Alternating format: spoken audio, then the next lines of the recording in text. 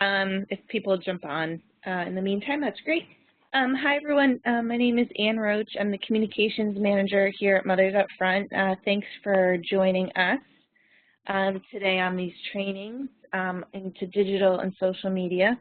The presentation will be done by Alex, who works with our consulting firm Civix out of New Hampshire, who has been helping us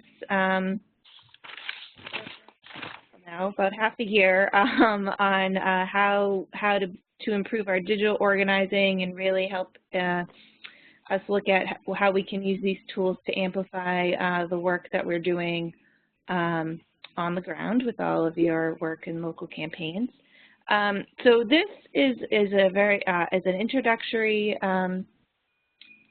course into digital and social media. As you may have heard, we're working on developing a Mother's Day initiative that we're hoping you'll be able to use in the local work that you're doing. There'll be more details on that to come. We're also going to be offering more detailed trainings in April on how to use these tools and specifically how to use them as part of this Mother's Day initiative that's forthcoming. So I would ask if you all could mute. There's a little microphone that you'll see up above near your picture. If you're on the video screen, if you could all mute. There'll be definitely chances to ask questions. But just in the meantime, if you can mute, and then I'm gonna turn this over to Alex. Hi, everyone. Good afternoon. Again, my name is Alex. I'm a digital and communications strategist at Civix Strategy Group in Concord, New Hampshire, and I've been happily working with Mothers Out Front for a bit of time, trying to help your organization really build powerful and good digital campaigns. So in this first training today, Digital 101, we're going to be doing a lay of the land of the platforms available to you. So basically give you an idea. Excuse me, can everybody see Alex? Because I have a black screen here. Does everyone else see him?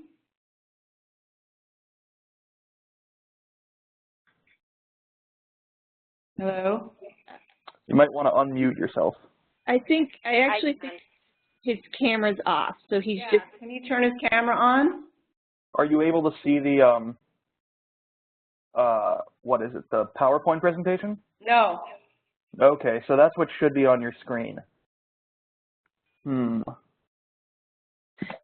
Hi, so this is Mish. I think, Lori, do you see tabs on the top that say Digital 101 and Social Media 101?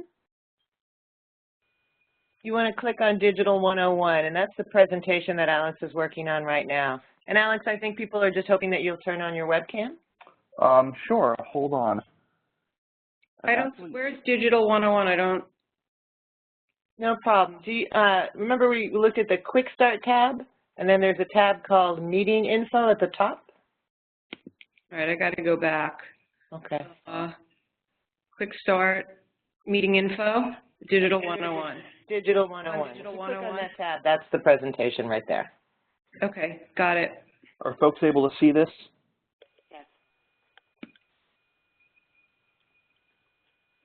Okay, so again, Digital 101 today, we're going to be doing a lay of the land of the platforms, the toolkit that's available to you when you're designing a digital campaign. So before we jump in, I just want to kind of get everyone's input. What do you think of as digital? What comes to mind when I say the word digital, when you've heard it before? You can see on the screen here are some examples of kind of icons that are indicators of what digital can mean, but what does it necessarily mean to you? To me, it means something I know very little about, but need to know. Great. Yeah, I'm up there too. Can you hear me? I don't know if I can be heard. Can I be heard? Sure, I can hear you. Oh, okay. It's pretty much the same answer, you know. I think of connecting via web, but that's just why I'm here. I need to know more about it. For sure. Awesome. So when we talk about digital, we're talking about a whole litany of platforms and tools that are the web, the internet, but really comes down to being this sort of global connectedness, being plugged into a network that others are plugged into anywhere, anytime, all over the world.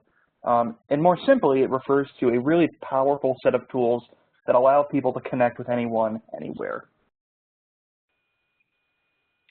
So today, our goals are to first gain a familiarity with various digital platforms. I'll be talking through social media, some web platforms, discover when to use each platform. So talking about if you have a goal, and a goal in organizing is very important for a campaign, what digital platform are you going to choose as the best way to accomplish that goal? And then feeling comfortable to moving to the next training in this series, which is Social Media 101, and that'll dive a little more in-depth on the tactics you'll use after you've chosen your platform.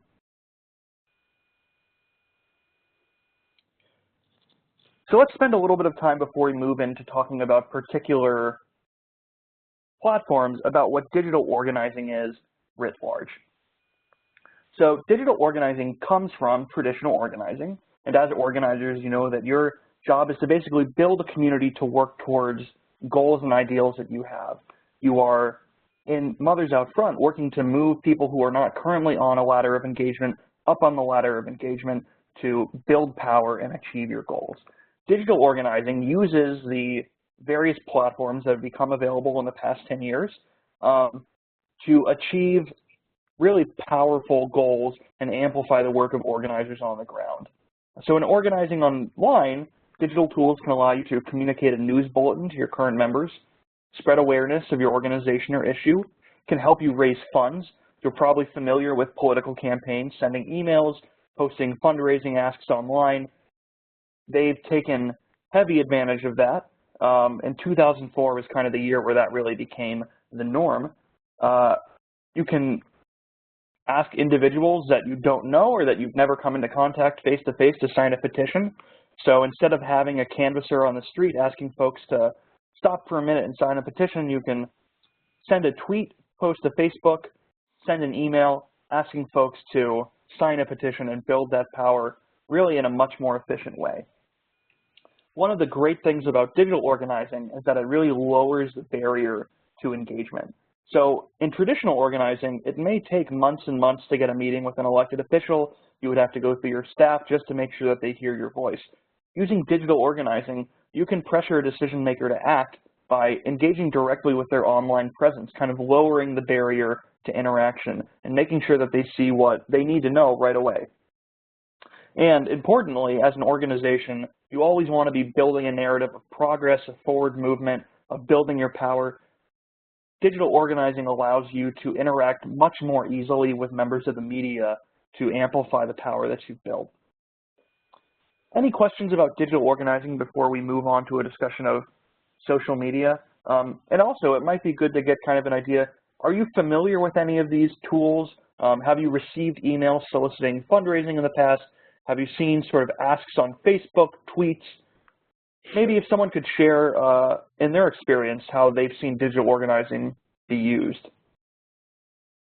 There are no wrong answers.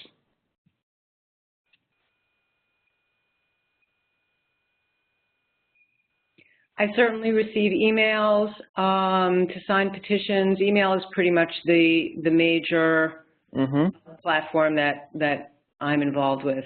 Yeah, definitely. Anyone else have experience with digital organizing? I think email, definitely we're going to talk about email today. It's a really important part of digital organizing, a really important tool in your toolkit. I'm thinking Facebook is the one that really I know I need to get familiar with. Yeah, Facebook is a really powerful tool. I think it is sort of thought of as the premier outside of email form of digital organizing at the moment. Yeah, those are great. So, you know, this is participatory. You should feel welcome to ask questions at any time. Jump in if you have a comment, if you want to share your experience. But now we're going to move on to a discussion of social media. So the role of social media is incredibly important in digital organizing. As one of the buckets of tools that you have, it is by far and continues to build to be one of, if not the most powerful organizing tools. Nearly 7 out of 10 adult Americans are on social media. And here are some popular social media networks you may be familiar with. I've heard Facebook mentioned. I think I mentioned Twitter a few minutes ago.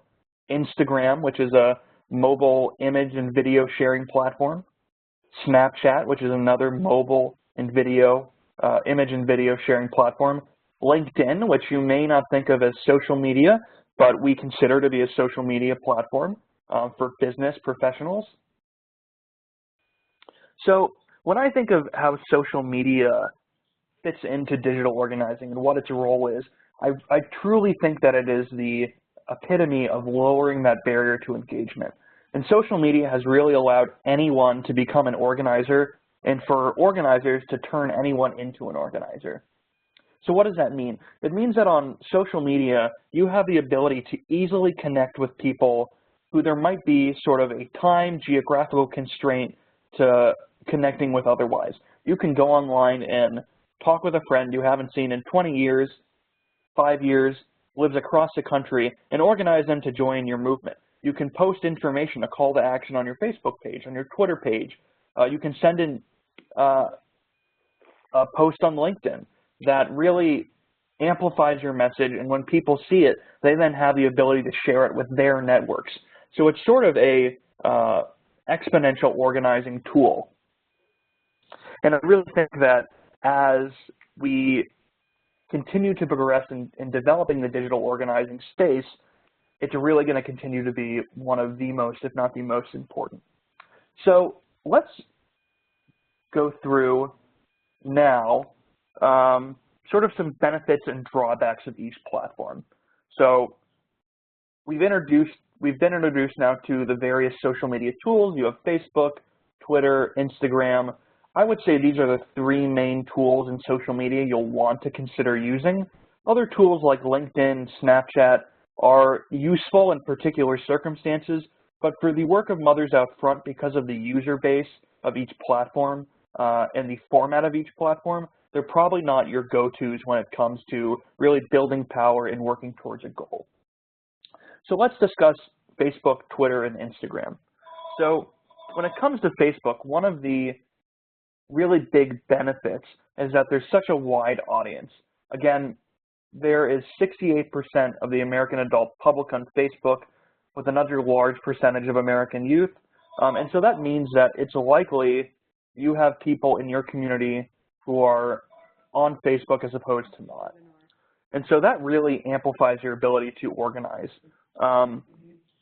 With a high proportion of adult users for Mothers Out Front, that's important. If you're organizing among your peers, that's going to help you reach out to them where they're at, which is an incredibly critical part of organizing. Now, some drawbacks to Facebook are that it's what we like to call a walled garden. So in digital organizing, there are walled gardens and there are basically public parks. And when we talk about a walled garden, what we mean is that there are either privacy settings or it's the structure of the social media platform so that you're not necessarily connecting automatically with the wide world, with everyone who can use that platform. So on Facebook, for instance, if you have an account, it's probably likely that you have some privacy settings on there so that either only your friends, people you've chosen to connect with, can see your content, or that only a limited network, maybe friends of friends, can see your content. And so when we use digital organizing, we're at our best when we have sort of this exponential growth through sharing. Everyone's becoming the organizer. On Facebook, that's limited because of privacy settings and because of the way that Facebook operates with an algorithm, and not to get too technical, but there's a lot of sort of tactics that go into making sure people see your content. And Facebook, because they're a company, they incentivize particular tactics and particular settings so that they're going to be making money. So again, Facebook is really great. It has a super wide audience. There's a high proportion of adult users. You can do many things: posting video, posting text, posting photos, streaming live video. And so it's a great tool to connect. But some drawbacks are that it's a walled garden, and that without paying for advertising on the site, you're going to really limit your organic reach. let's talk about Twitter. Twitter is an incredibly powerful tool. It's an incredibly powerful tool in social activism. It's been responsible for the start of movements across the world, the Arab Spring, Black Lives Matter, the Women's March. It's just a critically important tool in the digital organizing space. And it's an open exchange. In comparison to Facebook, Twitter is the quintessential public park. You can connect with anyone, anywhere, and whether they are the mayor, a famous celebrity, a journalist, or just somebody who joined the site and is just getting started in their organizing work, or even just kind of signed on to see what's going on and get the news, you can connect with anyone. It's a level playing field, and it really epitomizes that low barrier to communications with the media, with influencers that Twitter is about. Now, some drawbacks of Twitter are that the amount of messaging you can do is somewhat limited. You have 140 characters per tweet, and so you can't add a lot of detail usually or complexity in a way that gets largely picked up. And the user base is incredibly narrow. So Twitter, only 21% of American adults are on the site, and a recent study actually came out that shows about half of those are not real accounts. So it's a very, very limited user base, and it's mainly saturated with members of the media, influencers, brands, and users who are there looking for news. Instagram. So Instagram has a significantly higher user base. It's about a third of the American adult population, 32%. And Instagram is a mobile platform, mobile only, so you're using it from your phone, from your iPad, and it's allowing you to share photos and videos in a really creative way along with captions. And so in organizing, what we can do is we can use it to build a community. We can have photos, images, profiles, calls to action in the comments and captions. So one of the really great things about Instagram is that it has a pretty varied user base. It's not just limited to people under 18. It's not limited to a certain segment of the adult population. It's not limited to a certain segment of the American public in terms of ideology or of an organizing space. It's really an open field, and so that's great. You have a better chance of kind of gaining that bigger, more diverse community. Now, one of the drawbacks of Instagram is that it's pretty hard to drive direct action.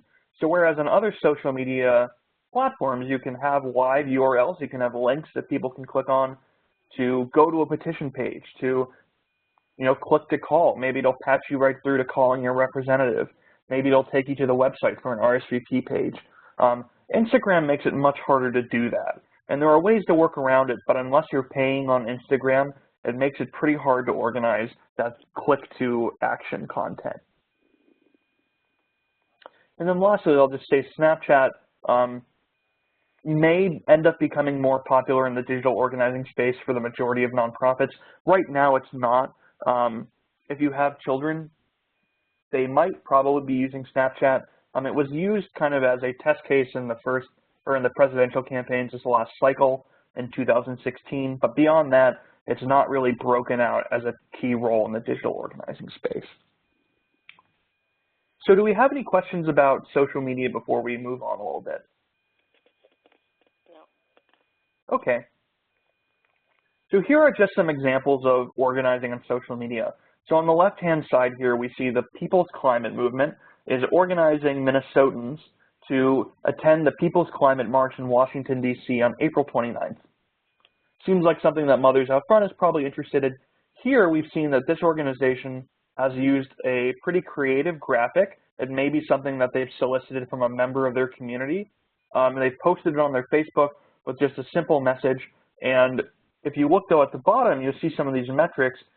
Over 130 people have engaged with this, and it's been shared to 27 different accounts, 27 different networks, adding to that exponential growth. On the right here, we see Twitter and the power of Twitter. In 140 characters, we see, with an image attached, really the power of organizing for the Women's March.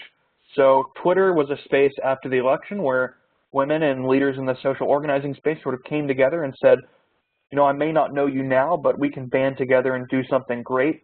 And you look months after the fact that organizing on Twitter landed them on the front page above the fold of the New York Times. And that media coverage then went to over 1,000 people, and over 1,000 networks saw that.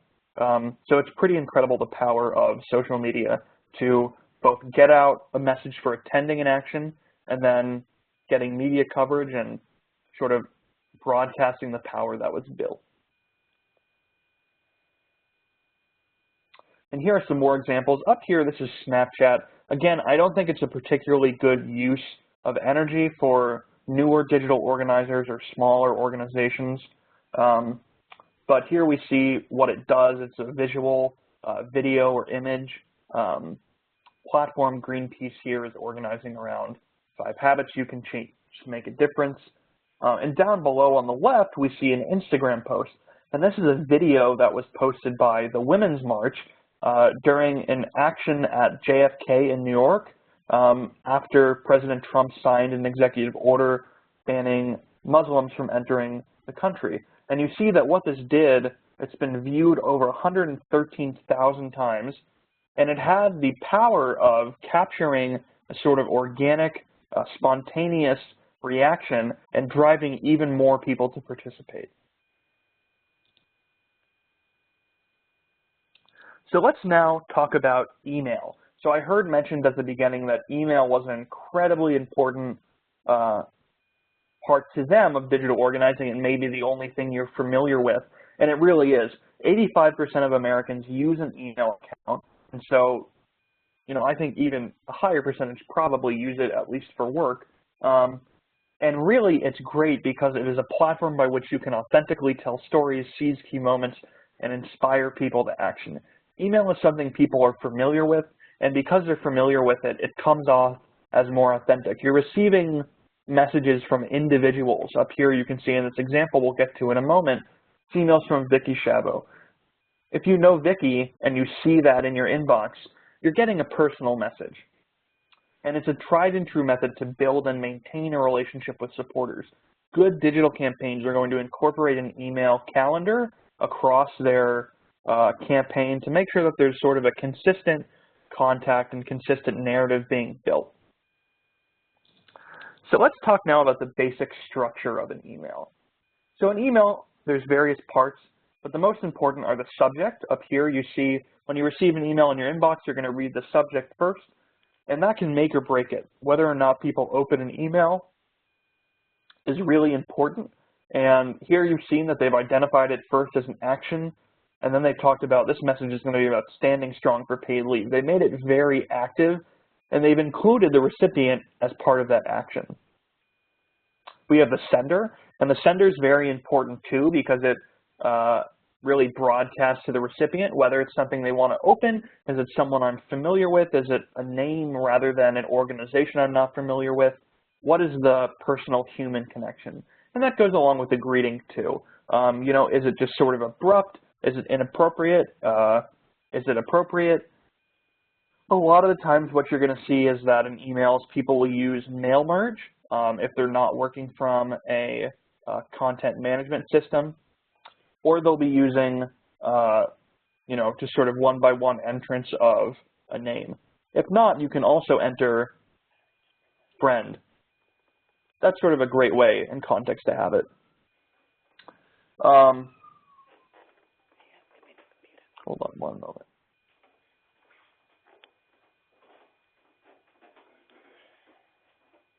Where did my slides go? There we go.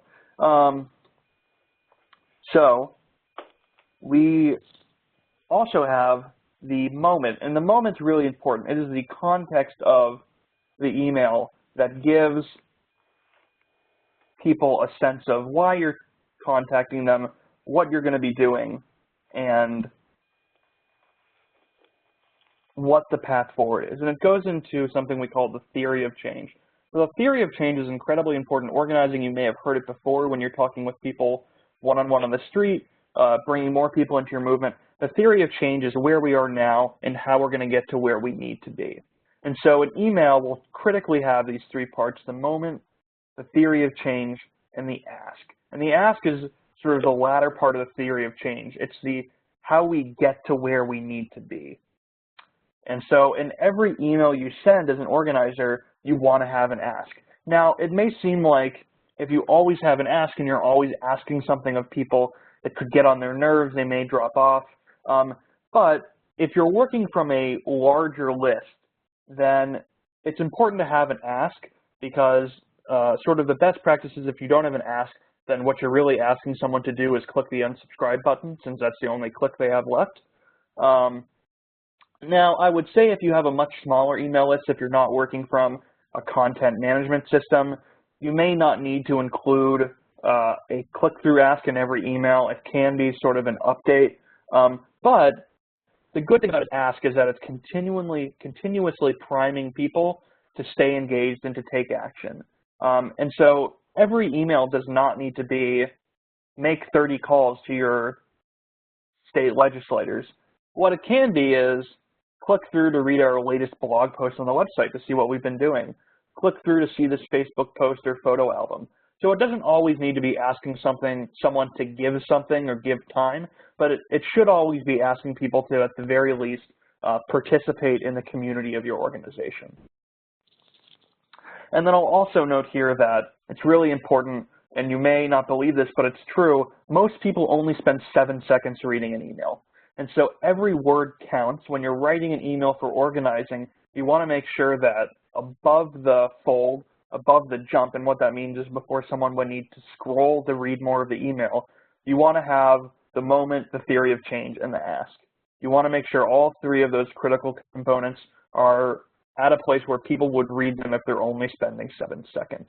And we'll get into, in a later training perhaps, some more tactics of emails, but I'll say in email you want to make sure that you are being clear and direct and not using a lot of jargon, not using overly detailed information. Links are great because you can point people towards more detailed information, but it should really be a direct, authentic, personal account of where we are now, where we need to be, and what the recipient can do to help us get there as an organization.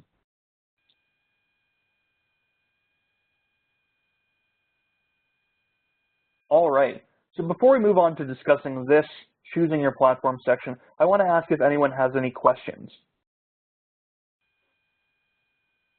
All right. No, go ahead, I do have a quick question. Sure. In the page that you just showed, I see that there's a graphic underneath it. Yeah. Do you think that that affects those 7 seconds in any way? So I think this is a pretty good graphic. You see the clipboard here, you see affordable, inclusive, substantial, your eyes kind of right across go. It's probably going to take someone like 3 or 4 seconds to get it. You know, if somebody, I should revise it to say, if somebody is invested in the email, they're going to spend more than 7 seconds, but you really only have 7 seconds to hook someone. I think graphics work well in some emails. You know, this is a great way to get across some more detailed information about what they want in paid leave without having to put it all at the top before the jump. Other emails, though, you know, there are certain tactics. Something that's come up in past election cycles to make emails seem more authentic is that they'll kind of strip them down so that it's just as if something was sent from an iPhone. And in that case, you wouldn't want to use a graphic.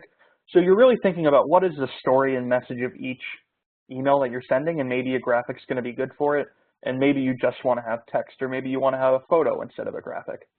That's a great question, and it gets kind of more into the tactics of it. But in terms of the 7 seconds, yeah, it's important to think about. I do not think you would want to put this before all of the text.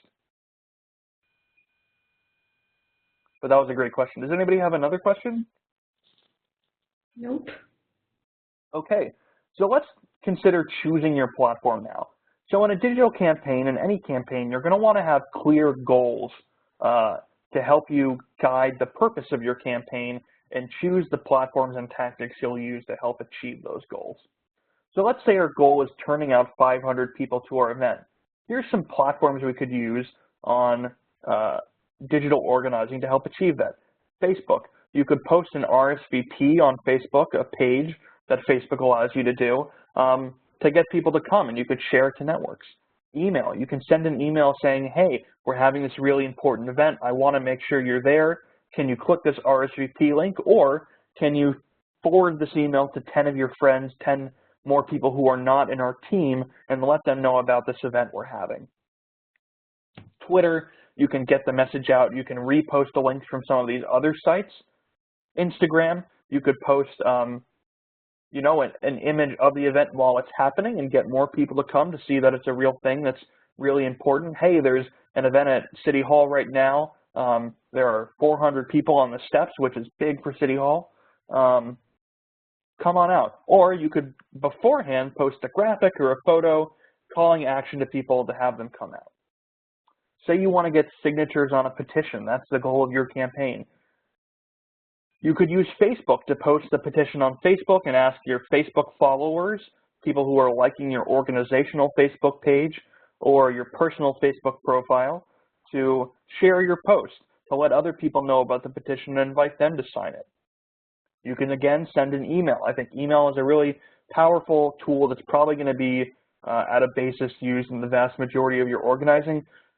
My sense is, even if you're not using social media, you're likely already using email to organize by the very fact that you're on this call today. You were organized to attend this training by email. Twitter, again, a great platform to connect with a much broader audience. Perhaps there are people who don't know you personally or know your organization, but they understand and have a commitment to the topic of environmentalism and want to log on to that. Stop the mayor from vetoing a bill. Twitter, email, Facebook, Instagram, all great platforms to reach out directly to an elected official. Twitter being first and foremost among these. If you ever have a situation where your goal is to either get, you can see down here, media coverage or interact with an elected official or influential person, I would say Twitter should be your first stop in terms of choosing a platform. It is the best tool you can use outside of a direct existing relationship to get noticed, to get your issue out there, and to have a real-time conversation with someone who otherwise you might have trouble organizing to get a meeting with. And then again, getting 3 media outlets to cover your event. Say you're hosting that event, you turned out your 500 people, you want to make sure that the tower you've built is covered in the media. Twitter is going to be a great platform because you can directly talk to journalists. I would say most, if not all, journalists are going to be on Twitter and are going to be interacting with sources of news tips and events on Twitter. Email, traditional PR to reporters, that's organizing.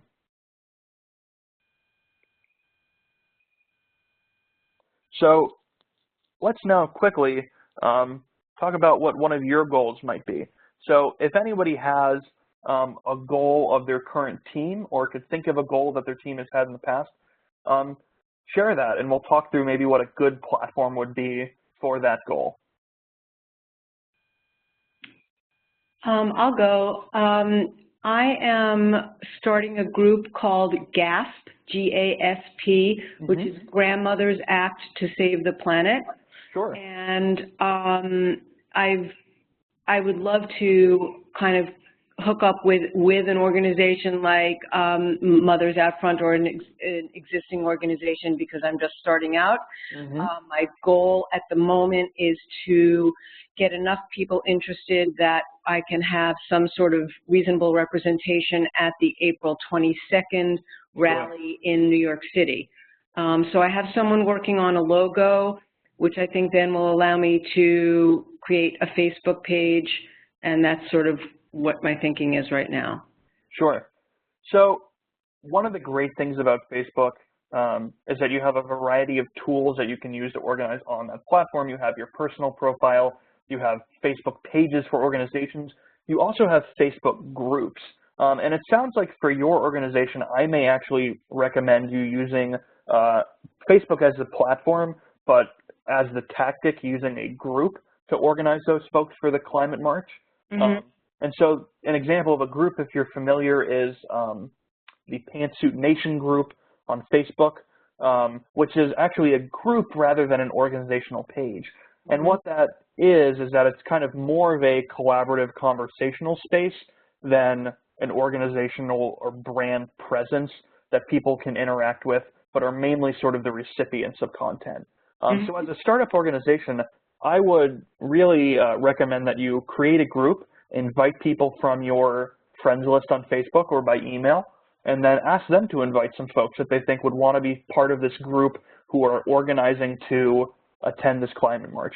And then after the climate march, once you've sort of reached a critical mass of people to really have that good organizational structure, that's when I think I would recommend starting up a Facebook page and doing more of the public-facing content. Okay. Does that make sense?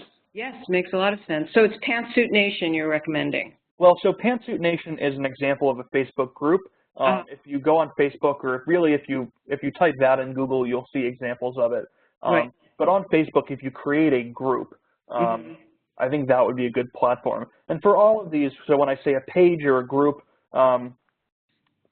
just ask if you want a little bit more detail. But I have to say, if you look on Google or you look on Facebook, there's lots of great sort of introductory tools. When you go to create a group for the first time, Facebook will automatically walk you through how to build it. Awesome. Thank you. Yeah. All right. Does anybody else have a goal for their team or has had a goal in the past for their organization that they may have been at a loss for in terms of what digital tool should I use? You didn't use a digital tool, or maybe you did use a digital tool and you could share why you used it. This is Kim. We have a monthly team meeting for our community team here in Hampton Roads, and we almost exclusively use Facebook to invite people. We do let people know via email, but I don't get very many responses on email, but I get a whole lot more responses on Facebook. Awesome. Yeah, so that's a great example of digital, and we'll get into this later on in the Social Media 101 presentation training, but optimizing is incredibly important in a digital campaign. One tool may not work best for you as it works for another. And so Kim said a really important thing, which is she's figured out that email isn't the best avenue to get people to come and attend these meetings, but Facebook is. And so she's put more investment into Facebook as that organizing tool to accomplish her goal. And I think that's really great. It reflects a good understanding of how to use a digital tool. So awesome job, Kim. Okay, so let's move through and see if everyone's comfortable with the goals we had for this presentation. So does everyone feel like they have a good familiarity with the various digital platforms, with various social media tools, with email, where if you were planning a campaign or if you had a goal, you could, in your mind, sort of know, here's broadly what the tools that are in my toolbox are? Yep. Great. Do people have an understanding, of when you might want to use email, of when you might want to use a particular social media tool? If not, we can stop here and sort of ask some questions around this. I'm not too clear about that. Okay, sure. So let's go back. We'll clear that up a little bit more in the Social Media 101 training. So if you're able to stay on for another 45 minutes to view that presentation, that'll go a little bit more into when to use. And if not, you can view a video recording later. But as an example, let me just go back here. So Facebook, I would say, when you're organizing on social media, is pretty much a go-to. You're probably always going to want to have a Facebook presence of some kind. Whether you're building for an event, whether you're trying to get out a message on a bill, posting a text post. So you may be familiar, if you have a Facebook account, there were some calls to action around the education secretary with sort of a viral text post around calling your legislators. That was a really great platform for Facebook because of the shareable text posts. Video hosting, Facebook is great for that. If your organization has a video, or if you're a team and have shot video, you can host that video content on Facebook. Maybe a year or two ago, I would have said that YouTube was a really important social media tool, if you're familiar with that website. But it really has become less and less so because Facebook is such an important video hosting site now. Twitter, you're going to want to use Twitter whenever you want to interact with an influencer, the media, or an elected official. Those are the vast majority of people on that platform, and it's what you're going to have the most success on, I believe, when you're using that. You can also use it to organize around a conversation, of course, to post what your organization is doing. You can post RSVP links, you can post petitions, but because of the way the website, the app is structured, where interactions you are sort of digitally calling on people in a post and they get a notification, it's best for sort of those one-to-one or one-to-two sort of smaller groups of people, but anyone, anywhere being in that group of people, interactions. Instagram is sort of a secondary tool you're going to want to use after you've gotten your Facebook and your Twitter presence or platforms integrated into how you're going to use them to reach your goals. Instagram I would use whenever you're wanting to share a story. So if you have stories you've collected as a team, Instagram is a great way, along with a good photo or video, to get those out there in a creative way. If you have an event and you're having, if you really just need to get people to RSVP, you can use Instagram to post a graphic or a video from a past action calling people to participate.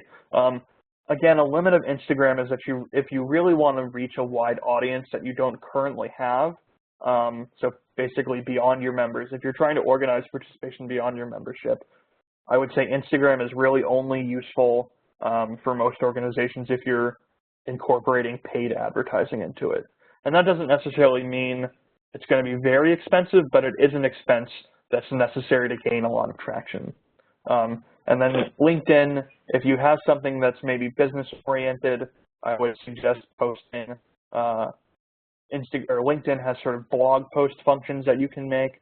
I would suggest using it then. But beyond that, I don't think LinkedIn really is that powerful of a social media tool for everyday organizing. Does that give people more of a sense? We'll go more in depth on tactics in the Social Media 101. Mm-hmm. All right, and so now, do you feel comfortable moving on to the next training? Do you feel like you have a basis for understanding, here's sort of the 10,000-foot view of social media before we get into more in-depth on the tactics? Yes. Great. So I want to leave you with a little bit of homework before we move to the next training, or you log off and view the next training later, is to find an email in your inbox and read through it to identify what the moment is. Remember, the moment is the context. Here's where we are now. The theory of change, where we are and where we want to be, and the ask, how are we going to get there? Think about whether it's a strong email. Is it motivating you to participate in the ask, to do what the email's asking? What could make it stronger? Do you think that it being a different sender would make it more powerful? If there was a different subject line, would you be more willing to open it if you were scrolling through your inbox and saw that you had 15 missed emails that you hadn't opened yet? What would make it stronger? And so with that, before we move on to the next training, I want to open it up to questions. Does anybody have any broader questions about digital? Did I say anything in the training you didn't quite understand? Any comments? Happy to take them.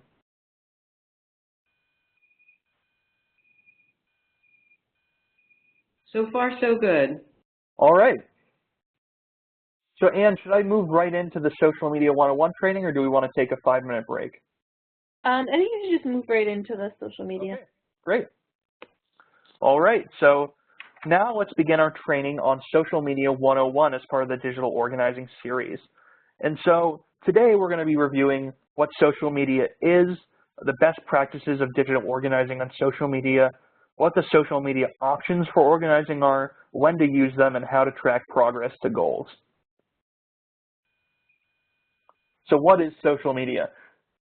In the first training that precedes this Digital 101, we did an overview of social media, but just to give you again an idea of the different types of social media, beyond what we may use in any particular organizing campaign, there's Facebook, Snapchat, LinkedIn, Tumblr, which is a blogging platform. There's forums like Reddit. There's video hosting platforms like YouTube. There's shorter-term messaging platforms like Twitter. photo and video like Instagram, and photo and video like Snapchat.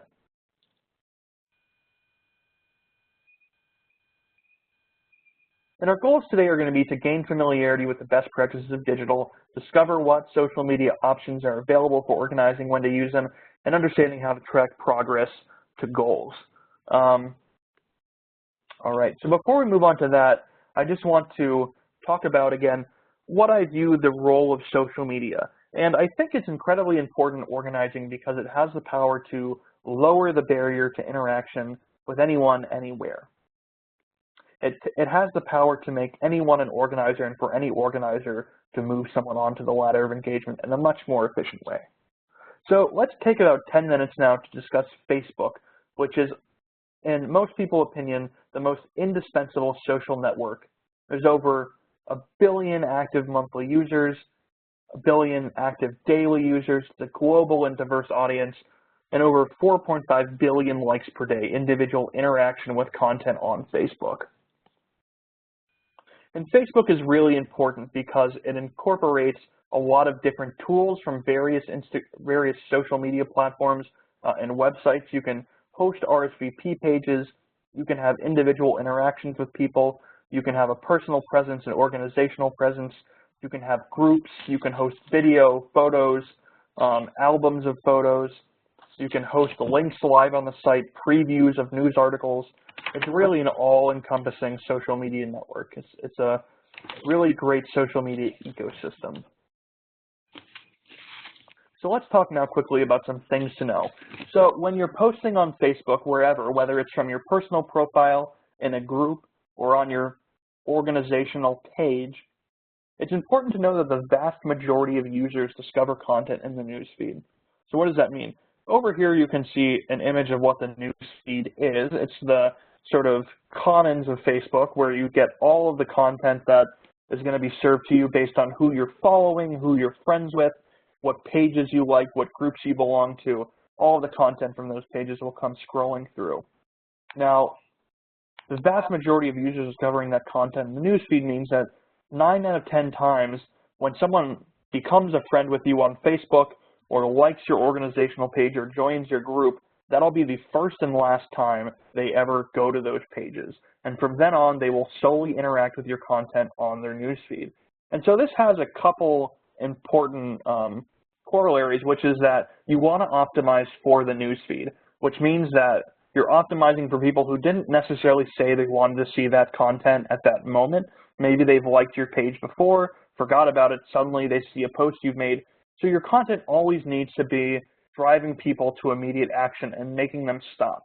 Now that means that video content and pictures are incredibly important on Facebook. Anything that's going to be eye-catching, that's going to make people stop for a moment and read while they're scrolling through what are probably hundreds of posts. It's important to be short, to the point, and stand out. Another part of that organic reach is very limited, and this is an important concept for social media organizing. When we talk about organic reach, we're talking about the number of people who view or interact with a post without it being paid or promoted. The people who have signed up to interact or have viewed it because a connection in your network has shared it to them. It's very limited on Facebook, and that's because Facebook is a business. They have an algorithm, which is very complex, that sorts how content is shared to different users, when it's shared, where it is shared in relation to other content. And so Facebook is basically always incentivizing you to pay them to promote your content above other content. Now, this may not always be necessary, but even $5 on Facebook can greatly broaden your reach, and it allows you to target. Now, that's sort of an advanced tactic that you may want to consider using down the road after you've mastered sort of more basic digital organizing concepts for Facebook. But it's important to know that across social media platforms, organic reach can be broad or limited, and that on Facebook, a drawback may be that it's limited. So organizing on Facebook, here are some things you can do. You can set up an event and drive attendance via each participant's network, spread awareness of an issue or goal to the public, let them know the details about an issue, let them see a news article to keep them updated on the latest research. You can raise funds for an action, drive people to another page off-site where they can donate. You can allow individuals from across the country following your page or being friends with you on Facebook or friends with a friend who has shared your post to sign a petition. You can pressure a decision maker to act by engaging with their Facebook presence. They'll be checking their social media, and across platforms to public relations folks and the elected officials or influentials who are managing their Facebook presence, they really want to have good interactions. And so if you're coming to them saying, hey, we're upset that you're not in support of this, they're going to be really responsive because they want to maintain that great outward-facing image. And you can interact with members of your movement, identify prospects for moving on to the ladder of engagement, and really have that community. I think a good organizational structure is one where people continually feel that they're involved and that they matter and that they're moving forward in an organization. They're not just being asked to constantly give of themselves, they're getting something out of it. They're getting a community, and Facebook is really great for that. On the left here, you can see an example of organizing on Facebook. The Women's March on Washington added an event. They organized an event on Facebook for the Day Without a Woman gathering, and over almost 1,500 people are interested, and so they've organized a large number of people on Facebook to an RSVP form without ever driving them off the site, without ever asking them to have to click a link to go to another page. It's very seamlessly integrated.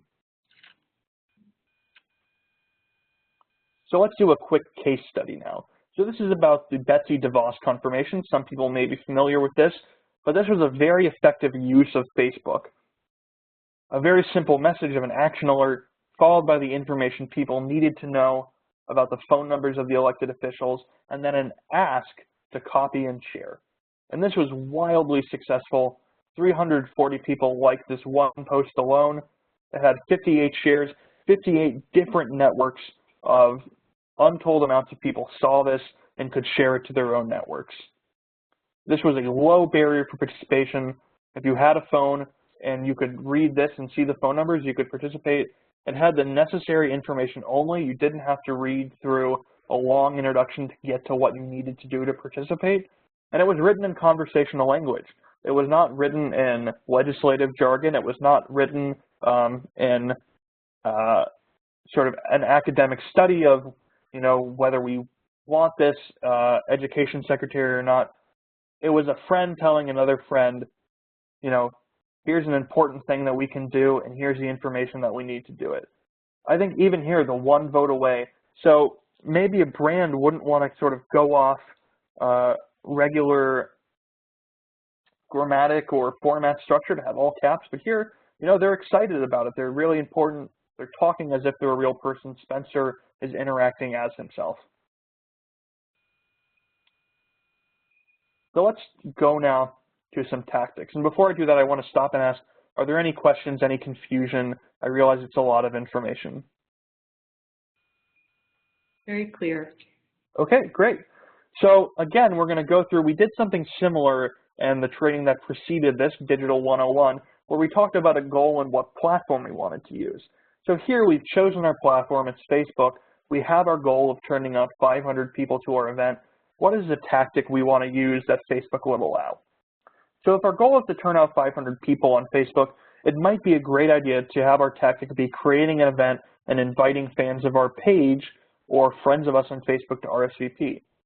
Going back, you'll notice this is exactly what happened here with the Women's March on Washington. Perhaps we want to get signatures on a petition. We can make a post to our personal Facebook pages or our organizational Facebook page and call on our Facebook fans or Facebook friends to share our post and get their own networks to sign the petition. Say we want to stop the mayor from vetoing a bill. So like I mentioned before, we could organize our team to post on the mayor's Facebook page, interact with their Facebook presence to force the PR people, the mayor, to want to maintain a good public image by interacting and meeting our demands or at least hearing us out. Another thing that you can do on Facebook from your page is a live stream an event. This is a newer feature, but if you have a mobile phone, you can take video and live stream it to the Facebook page and gain media attention. You don't need to be a videographer. You don't need to be a professional media crew. If you have a phone, You could live stream video from that action.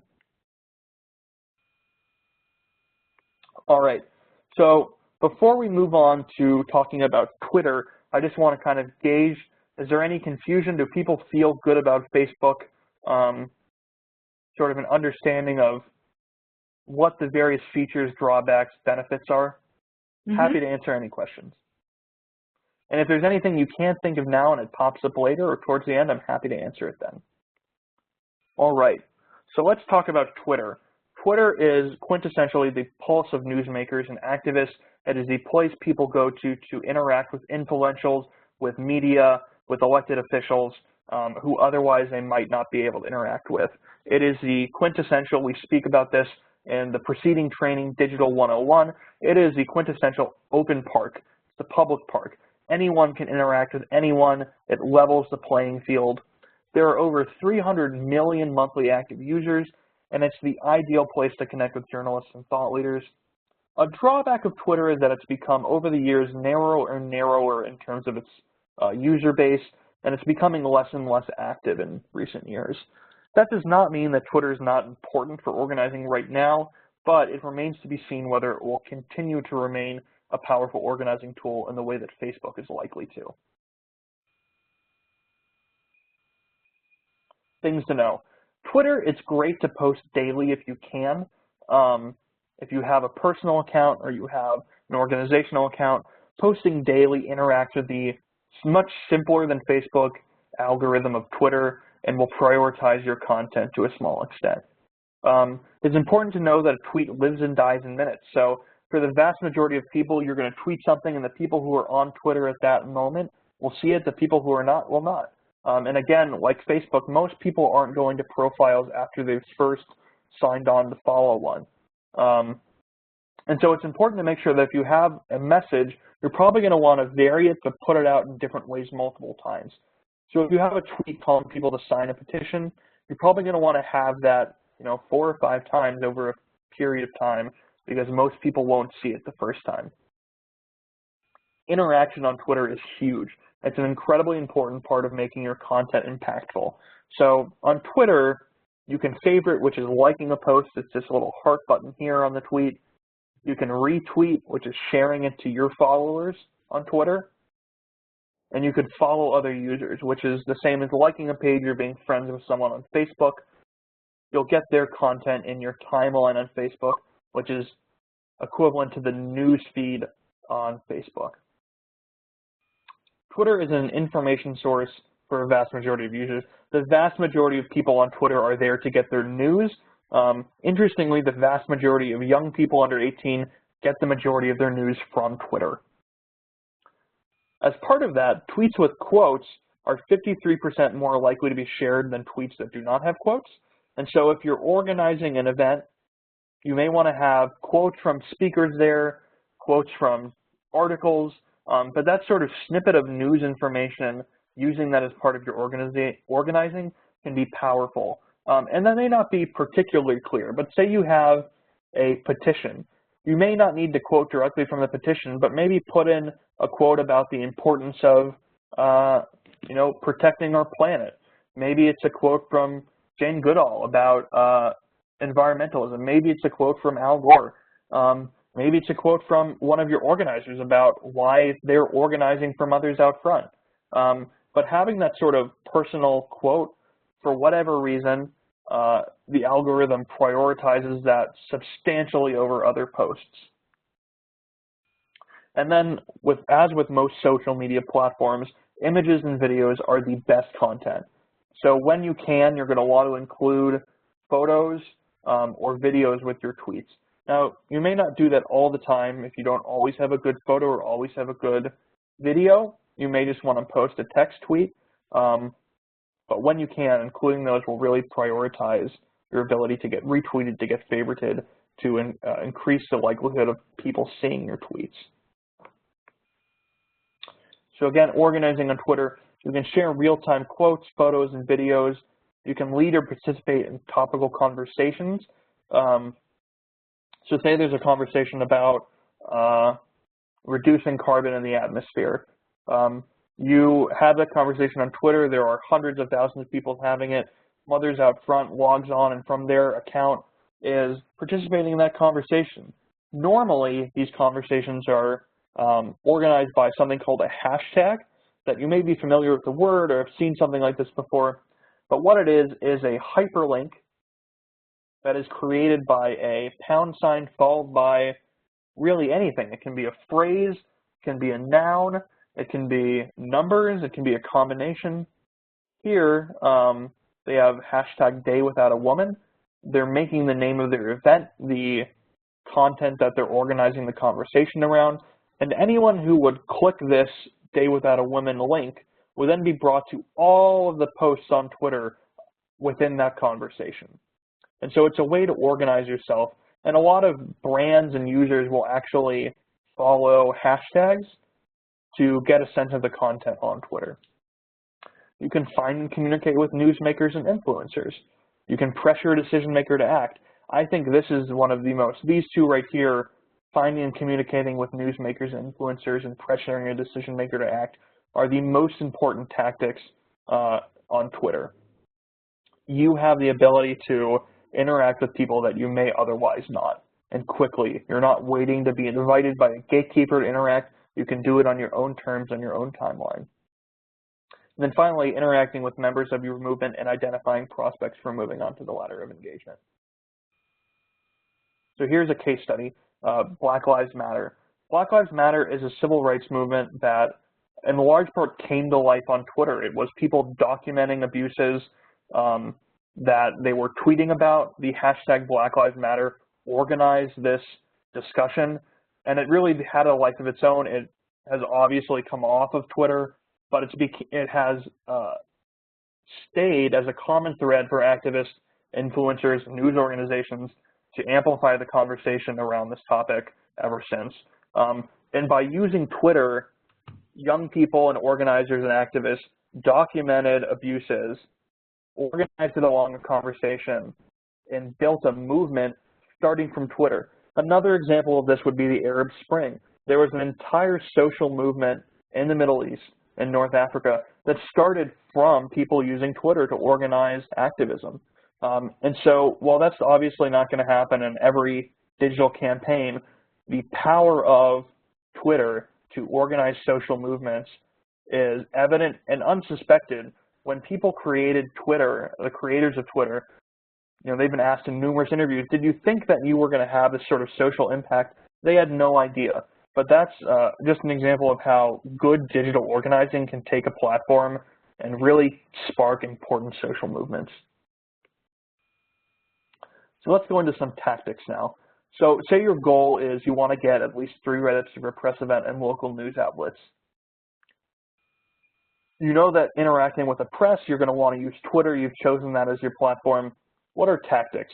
Well, before the event, you're going to want to identify and then tweet at reporters or outlets that you're interested in having cover your event. Let them know it's happening. It's taking traditional PR directly to the individuals who are reporting.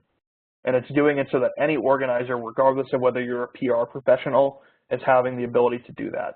During the event, post photos, quotes, tag your targeted news outlets in a tweet. Tagging is like a hashtag, creating a link to that user's profile so that they get a notification. Afterwards, tag the reporters again in a tweet with a photo of your press release or photos from the event and link to those on another website to drive them to more content about your organization. Say you want to stop the mayor from vetoing a bill. You've chosen Twitter as your platform because you know Twitter is a really great platform if you want to interact directly with people. Have your volunteers send a storm of tweets. Organize 50 people to send 5 tweets each at the mayor's account, making sure that they have many, many, many notifications about the need for them to approve the bill, creating that echo chamber so that they and their PR people are seeing a need to take an action so that they don't lose face. Gain public attention on your issue.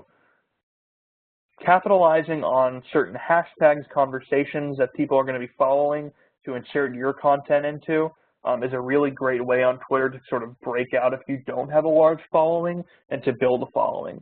So, for instance, on Mother's Day, the vast majority of people are going to be using the hashtag Mother's Day.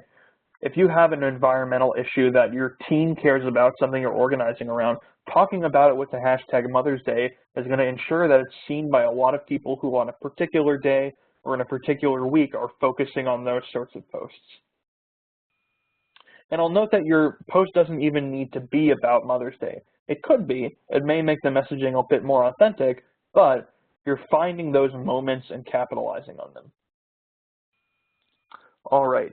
So before we move on, I just want to ask, are there any questions about Twitter? Yeah, I have a question, may be ridiculous, but how do you find out what, like, let's say what the mayor's Twitter account is? How do you know what hashtag to use when you're trying to reach out to these people? So on Twitter, you can search. There's a great search engine feature where you can type in the name of a person. So on Twitter, you have a name associated with the account handle, which is the link like the hashtag is. So if you wanted to find the mayor's Twitter account, you could search the mayor's name, and likely they will also have a blue check mark next to their name that lets you know it's the real mayor. And so that would give you an idea of what their social media username is.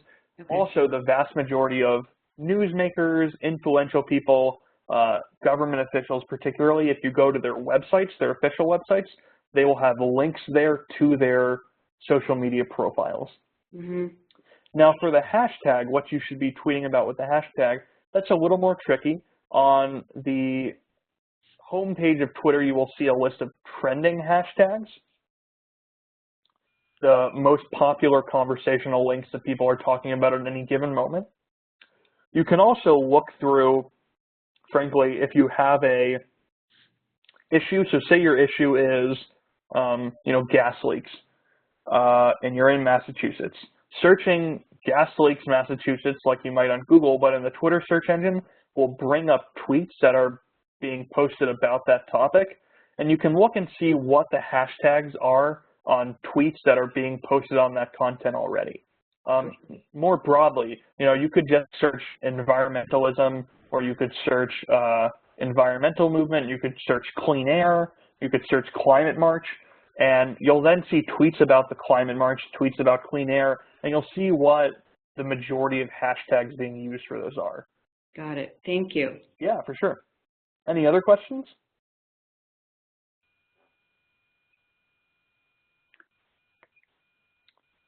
Okay.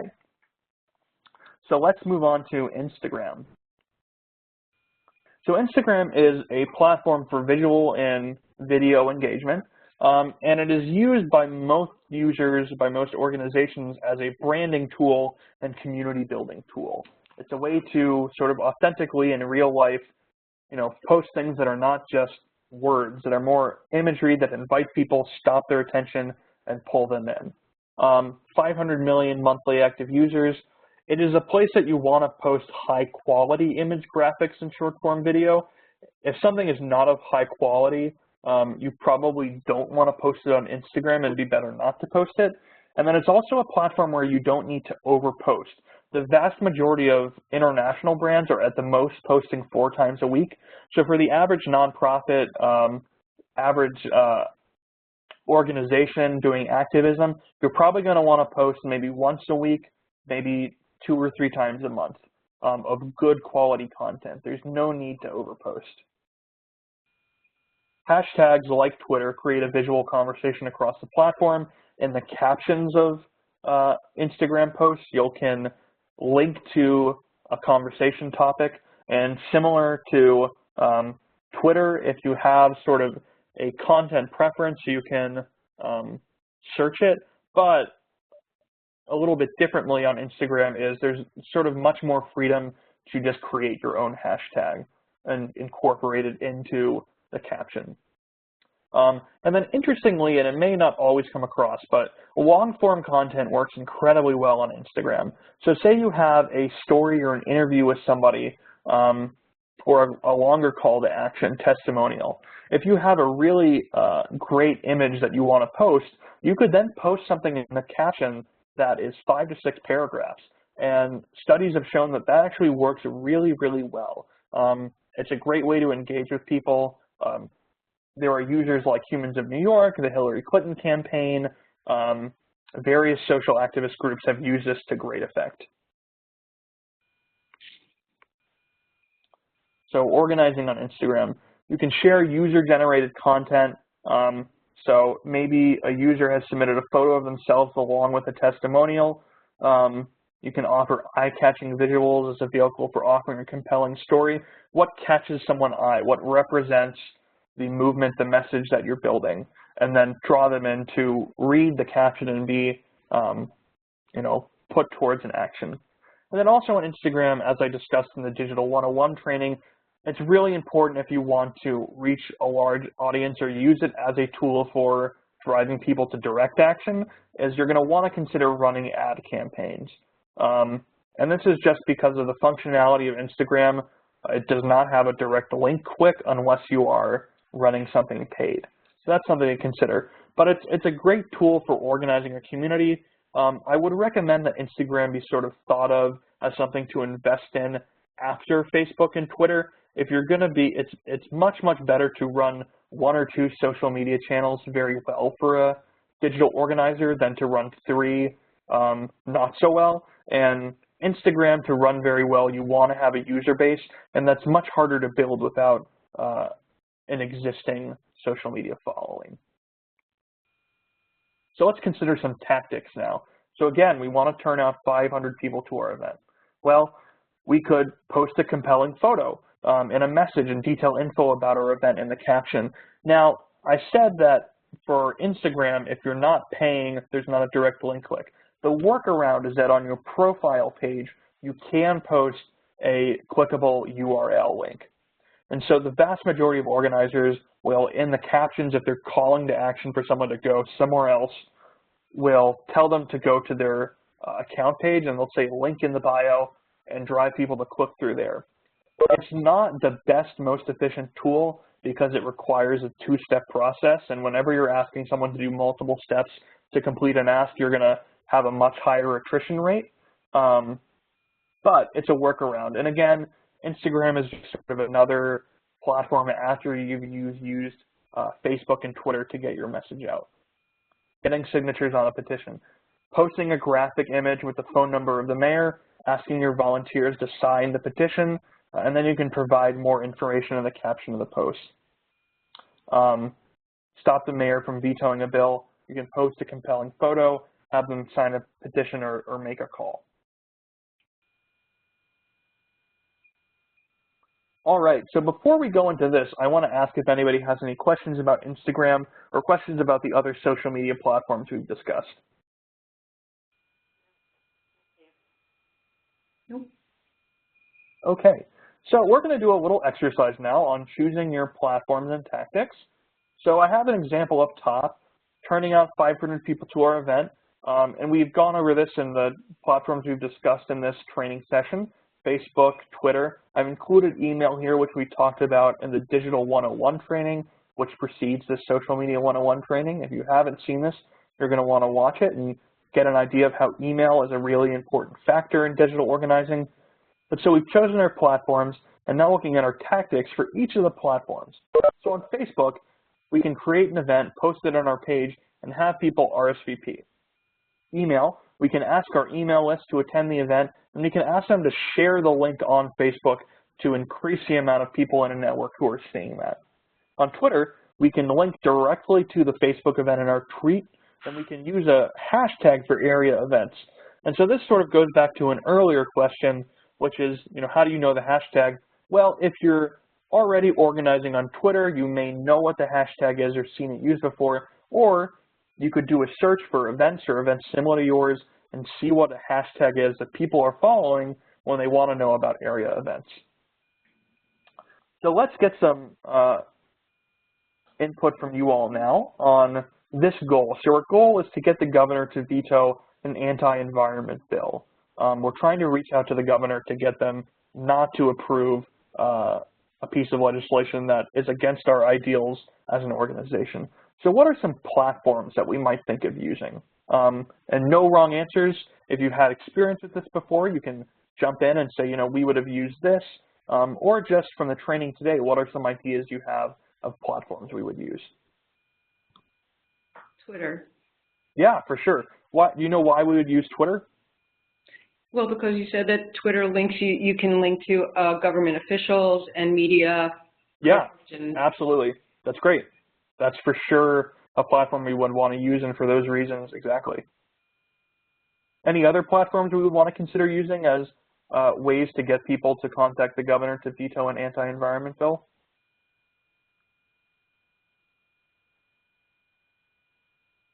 Facebook. Yeah. Could you say more about why Facebook might be good? So on Facebook, you, well, on Facebook you can, I'm not actually sure. Tell me. Yeah, so on Facebook you could do a number of things. Like the case study we saw on the DeVos confirmation, you could post the number of the governor and have people to share a simple text post, getting them to call the governor's office and ask for a veto. You could even create an event, and the event could be call the governor.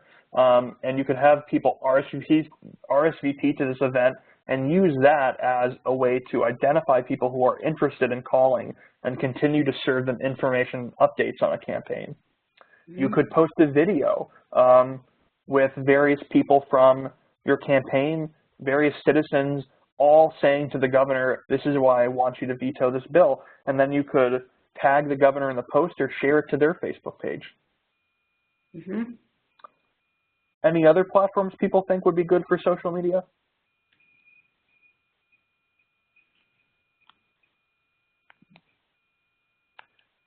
So Facebook and Twitter, I think, are the key ones here. Twitter being first and foremost the platform you want to use. Facebook a close second because of the ability to organize people around that particular action. As a digital campaign, we would also probably want to use email just to get that ask out to a wide audience.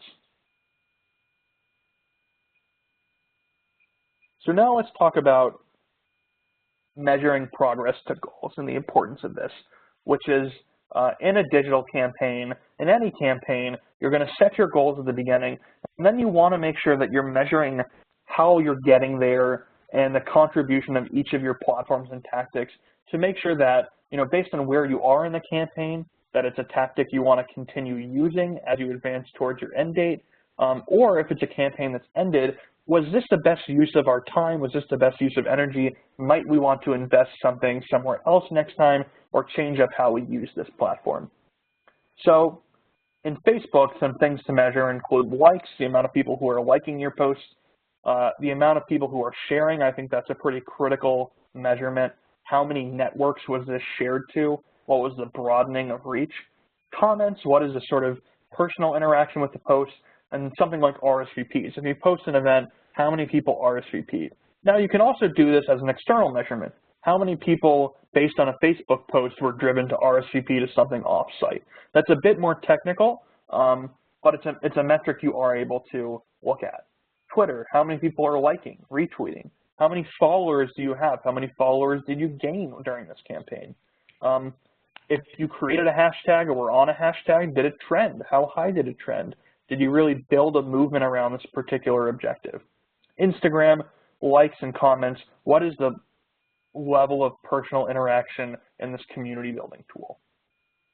And then for all of these, you should measure, again, how they contribute to external actions like petition signatures, like RSVPs, like the number of media stories.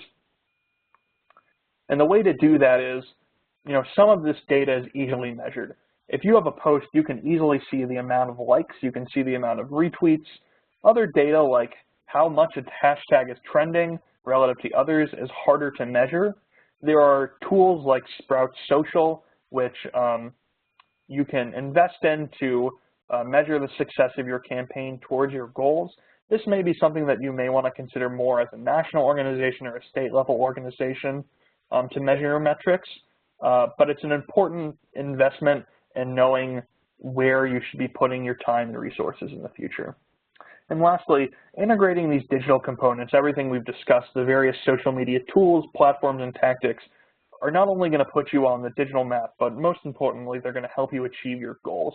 Digital organizers use digital tools because they've really created a whole new ballgame in making it easier for people to connect with new recruits getting a message out to a wide variety of people and leveling the playing field. You know, social activists and organizers and environmental groups may not always have the money that other groups have to just, you know, buy influence or pay for views, but organizers, because of good organizing, have the ability to counter that with personal relationships and the power that's built by people.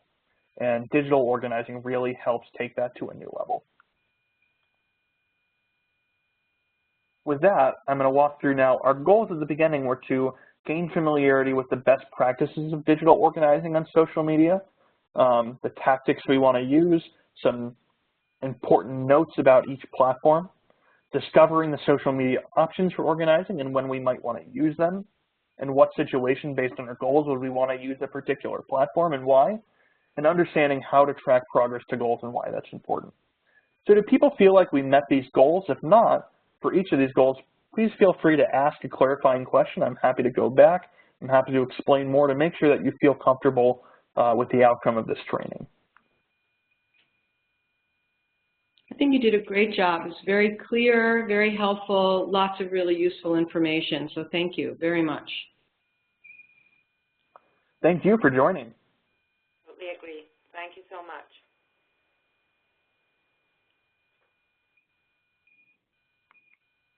All right, so another homework assignment.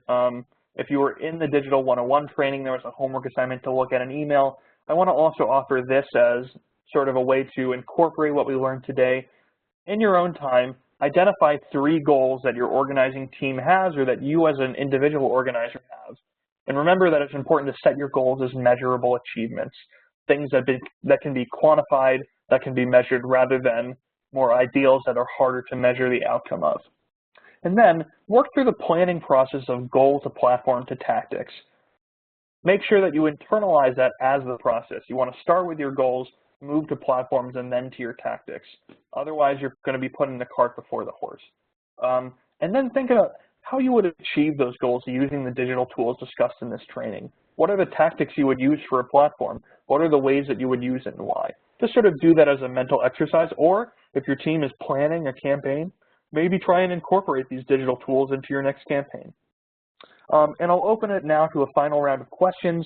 If anybody has clarifying questions, if there was something you'd like me to go over, happy to. Otherwise, I'm really glad that you all could join today. This will be a resource that you can come back to in the future. Thank you so much. Thank you. Thanks, everybody. Thank you. Thanks very much.